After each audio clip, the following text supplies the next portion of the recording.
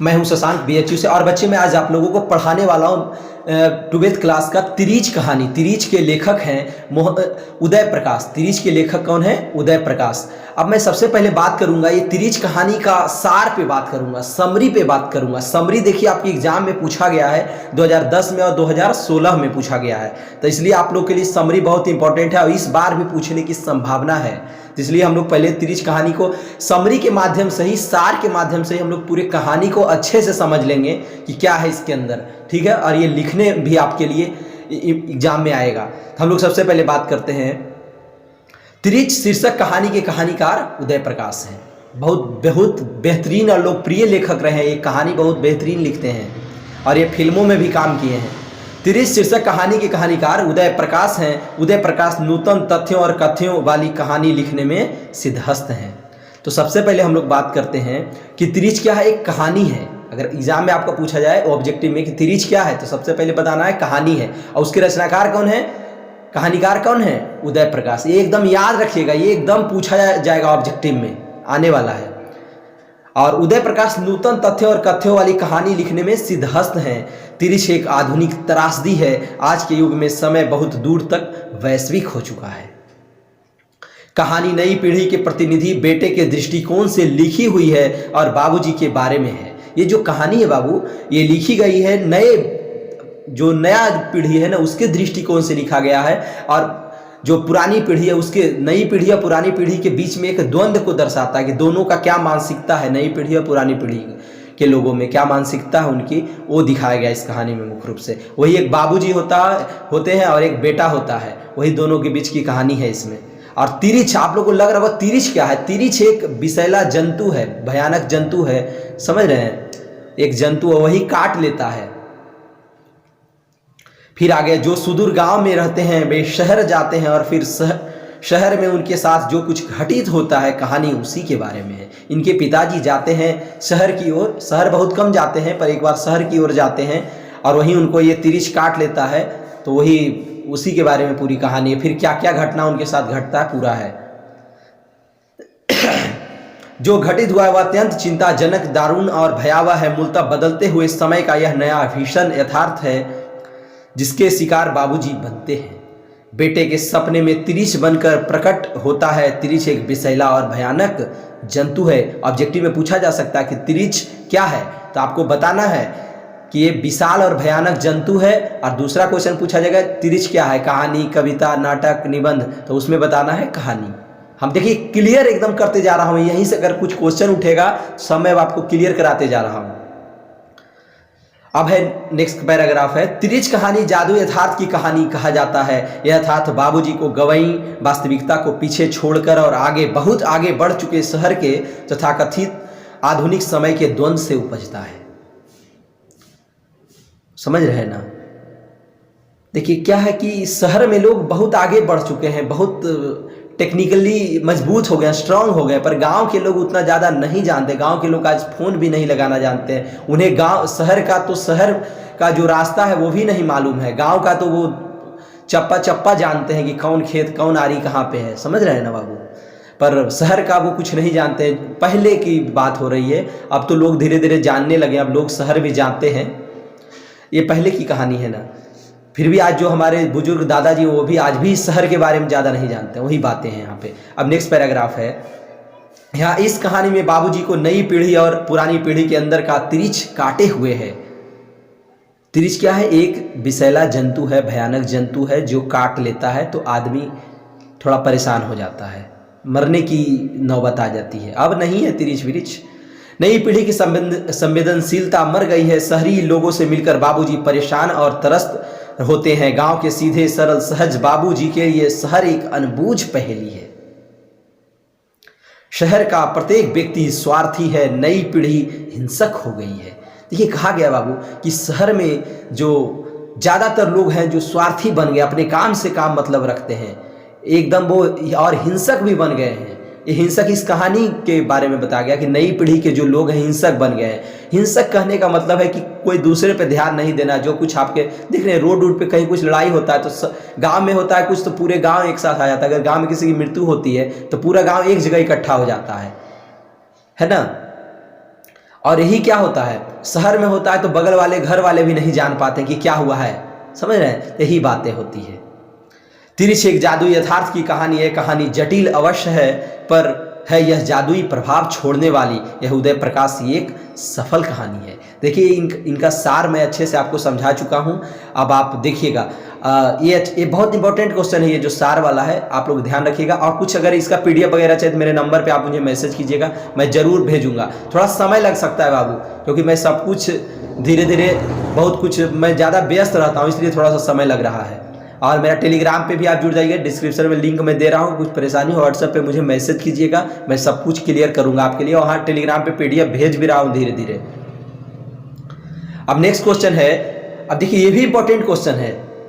लेखक उदय प्रकाश के पिता का चरित्र चित्रण अपने शब्दों में करें। लेखक उदय प्रकाश के पिता का चरित्र चित्रण अपने शब्दों में करें। 2020 में पूछा गया और हो सकता है इस बार भी पूछ दे।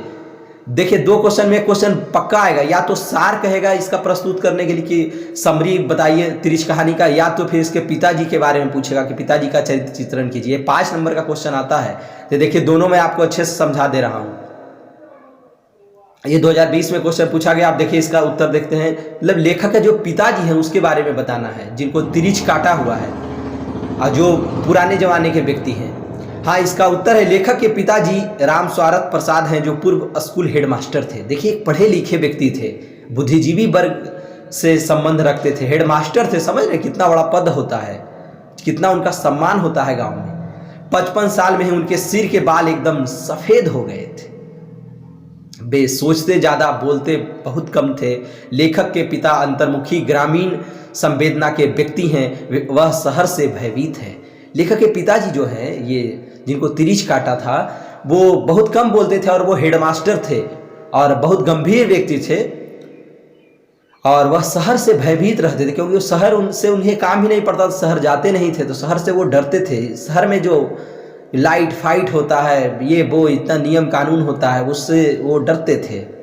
अब अगला पैराग्राफ है, लेखक के पिता अपने स्वभाव के अनुरूप स्वयं ही लाचार और दयनीय बन जाते हैं। आज की जटिल जीवन की स्थितियों में सहजता कितनी खतरनाक हो सकती है, लेखक के पिता इससे अनभिज्ञ हैं। लेखक के पिता की सहजता उन्हें किसी तरह के प्रतिरोध करने से रोकती है। उन्हें जब धतूरे का काढ़ा दिया जाता है तो वे उसे सहज स्वीकार कर लेते हैं, शायद यह जानते हुए भी कि धतूरा घातक नशीला पदार्थ होता है।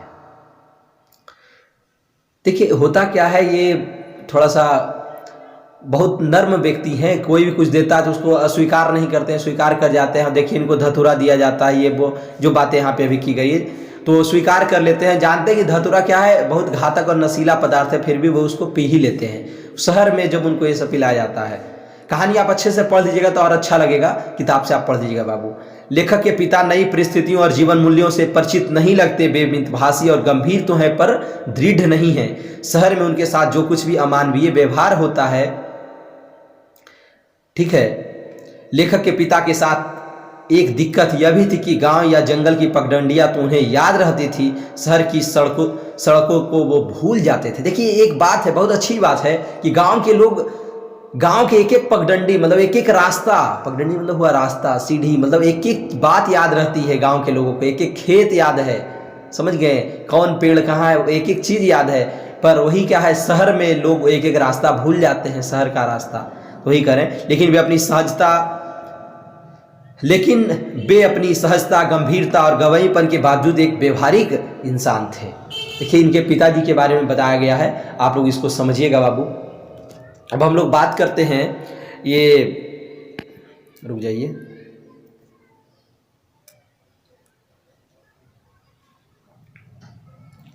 हाँ बाबू, अब हम लोग बात करते हैं लेखक के बारे में। देखिए दोनों इंपॉर्टेंट क्वेश्चन आपके लिए था। अब हम लोग सीधा सीधा बात करेंगे लेखक के बारे में, क्योंकि लेखक के बारे में भी हम लोगों के लिए जानना बहुत क्या है, जरूरी है। अगर लेखक के बारे में आप नहीं जानेंगे तो क्या होगा मालूम है, लेखक से भी क्वेश्चन आता है, लेखक से जो क्वेश्चन आएगा उसके जीवनी से संबंधित छोड़ देंगे आप, तो ये भी जानना आपके लिए जरूरी है। तो हम लोग बात करते हैं, लेखक का पूरा नाम क्या है, उदय प्रकाश है, और इनका जन्म हुआ था 1 जनवरी 1952 ईस्वी को, मतलब 1 जनवरी को। समझ रहे हैं कितना इंटरेस्टिंग है, 1 जनवरी को इनका जन्म हुआ था 1952 ईस्वी में। फिर इनका जन्मभूमि था गांव सीतापुर अनूपपुर जिला, मतलब जिला है अनूपपुर और मध्य प्रदेश में पड़ता है। फिर ये इनका कर्म क्षेत्र है। कवि, कथाकार, पत्रकार और फिल्मकार हैं ये एक पत्रकार भी थे, कवि भी थे, कथाकार भी थे, कथाकार मतलब जो कहानी लिखते थे, और फिल्मकार भी थे, ये फिल्मों के भी स्टोरी लिखते थे, समझे ना। कितना अच्छा बात है कि ये लेखक भी हैं, कवि भी हैं, फिल्मकार भी हैं, पत्रकार भी हैं। और फिर इनकी मुख्य रचनाएं कुछ है। मोहनदास, इनकी एक कहानी है, सुनो कारीगर अबूतर कबूतर। सुनो कारीगर अबूतर कबूतर दोनों क्या है, कविता है। और इनकी एक बहुत इंपॉर्टेंट रचना है, पीली छतरी वाली लड़की, ये भी इन्हीं की रचना है, बहुत ही महत्वपूर्ण है। फिर भाषा इनका हिंदी और शिक्षा एमए किए हुए हैं ये। और इन्हें कुछ पुरस्कार भी मिला था बाबू। कौन सा पुरस्कार मिला था इनके? साहित्य अकादमी पुरस्कार, भारत भूषण अग्रवाल, ओम प्रकाश सम्मान, श्रीकांत वर्मा पुरस्कार, मुक्तिबोध सम्मान, ये सब सम्मान इनको मिला था। फिर विशेष योगदान इनका था भारतीय कृषि का इतिहास पर महत्वपूर्ण 15 कड़ियों का सीरियल कृषि कथा के नाम से राष्ट्रीय चैनल के लिए निर्देशित कर चुके हैं। देखिए, एक भारतीय किसानों के लिए भी एक इनका एक चैनल सीरियल जो देखते हैं ना, जो लेडीज ज़्यादातर सीरियल देखते हैं, उन्हीं के बारे में है। कृषि कथा नाम से आया था एक चैनल सीरियल, तो उसी में ये क्या किए थे, उसका पूरी कहानी को ये लिखे थे। तो यही इनकी बातें हैं। और हम लोग अब नेक्स्ट जो इसका पार्ट 2 आएगा बाबू, उसमें मैं ऑब्जेक्टिव, सब्जेक्टिव और जो भी महत्वपूर्ण व्याख्या वो मैं दूंगा। सब प्रीवियस ईयर क्वेश्चन डालूंगा, एकदम देखना नहीं भूलिएगा। मेरा चैनल सब्सक्राइब कर लीजिए, शेयर कीजिए, सबको क्रांति ला देना है। और अगले पार्ट में मैं क्या भेजूंगा, ऑब्जेक्टिव, सब्जेक्टिव, सब प्रीवियस ईयर का रहेगा। पिछला जो 5-7 साल में जितना क्वेश्चन पूछा गया उन्हीं को मैं आपको बताऊंगा। ओके।